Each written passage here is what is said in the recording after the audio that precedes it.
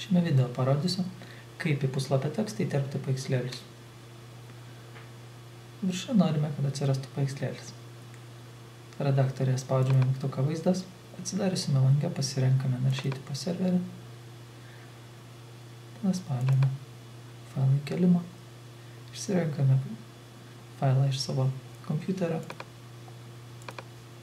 spaudžiame mygtuką upload, gauname pranešimą, kad failas sėkmingai keltas.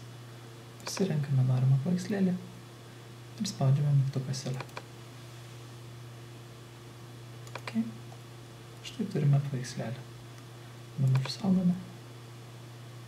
Svetainėje tai atrodo štai šitą.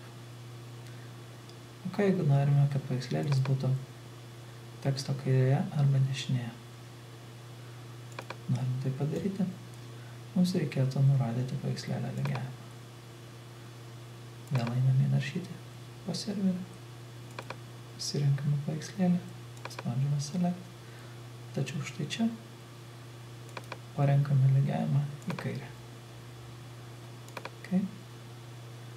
Išsaugome. Pasižiūrime rezultatą. Štai tekstas yra paveikslėlį iš dešinės.